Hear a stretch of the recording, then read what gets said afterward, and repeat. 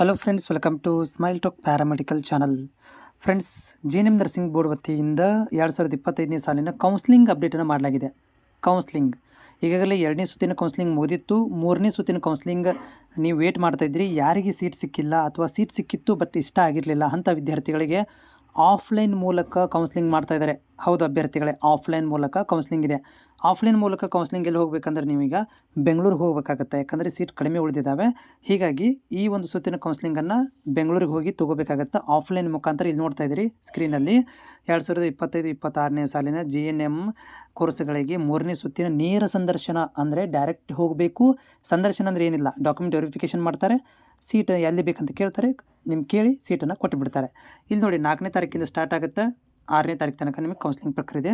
ಬೆಂಗಳೂರಿಗೆ ಹೋಗ್ಬೇಕು. ಬೆಂಗಳೂರಲ್ಲಿ ಹೋಗ್ಬೇಕು. ಇಲ್ಲಿ ನೋಡಿ, ಸರ್ಕಾರಿ ನರ್ಸಿಂಗ್ ಕಾಲೇಜು ವಿಕ್ಟೋರಿಯಾ ಆಸ್ಪತ್ರೆ ಆವರಣದಲ್ಲಿದೆ.